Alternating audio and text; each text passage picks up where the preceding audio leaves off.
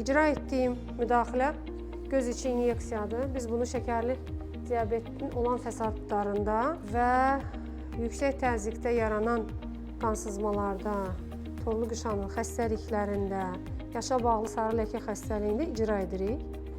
Gördüyünüz kimi bu müdaxilə tam ağrısız, lokal anesteziya, yəni keyləşdirmə ilə icra olunur. Adətən xəstələr əgər hissiyatlı deyirlərsə heç nə hiss eləmirlər.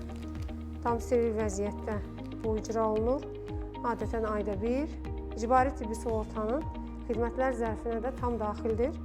Xəstələr bilir, özləri də gəlirlər, iynələri vurulur və şəfalarını tapırlar. Məsələn, 15-20 il bundan qabaq bu iynələr yox idi və belə xəstələr görmələrini itirirdi. Hal-hazırda bunun qarşısı tamamilə alınıb. Sadəcə xəstədən istədiyimiz məqam şəkərinə, təzyiqinə fikir verməkdir.